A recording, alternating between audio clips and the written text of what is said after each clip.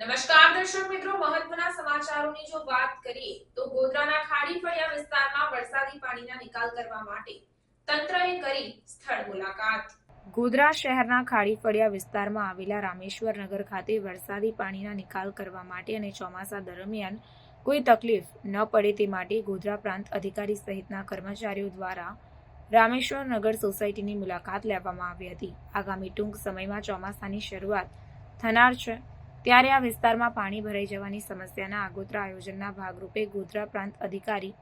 મામલતદાર, નગરપાલિકા chief officer અને આરએનબીના અધિકારીઓ સહિતના કર્મચારીઓ દ્વારા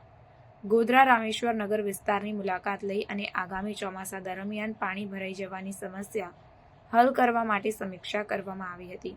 જેમાં ગોધરા ખાડી ફળિયા વિસ્તાર સહિત રામેશ્વર નગરના સ્થાનિક લોકો ઉપસ્થિત રહ્યા હતા અને તમામ લોકો પાસે